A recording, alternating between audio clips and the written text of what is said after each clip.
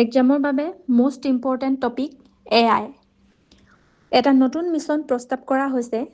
মিছনৰ নামটো হৈছে ইণ্ডিয়া AI টেলেণ্ট মিছন। এই মিছনৰ ৰোডমেপ প্ৰস্তুত কৰা প্ৰতিষ্ঠানটো হৈছে নীতি আয়োগ। এই প্ৰক্ৰিয়াত IBM, Infosys, Tech Mahindra, LTIM ইনট্ৰি, টেলিপাৰফৰ্মেন্স, BCG আৰু নাছকমৰ উদ্যোগী নেতাসকলে অংশগ্ৰহণ কৰিছে। লক্ষ্য নিৰ্ধাৰিত বৰ্ষ 2035 চনৰ ভিতৰত ভাৰতক AI প্ৰতিভাৰ বিশ্বব্যাপী কেন্দ্ৰবিন্দু অৰ্থাৎ global epicentre of AI talent হিচাপে গঢ়ি তোলাৰ লক্ষ্য লোৱা হৈছে।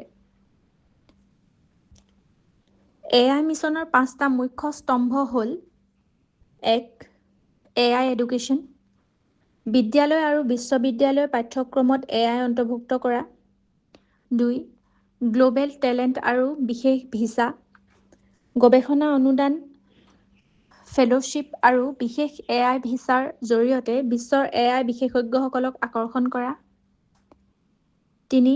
ৰিস্কিলিং উদ্যোগ, প্ৰযুক্তি, নিৰ্মাণ, স্বাস্থ্যসেৱা আদি খণ্ডত শ্ৰমিকসকলক AI শিক্ষা প্ৰদান কৰা। 4. India open source AI Commons, startup, গৱেষক আৰু বিশ্ববিদ্যালয়সমূহৰ বাবে ডাটাছেট, মডেল আৰু গৱেষণা সহজলভ্য কৰি তোলা। 5.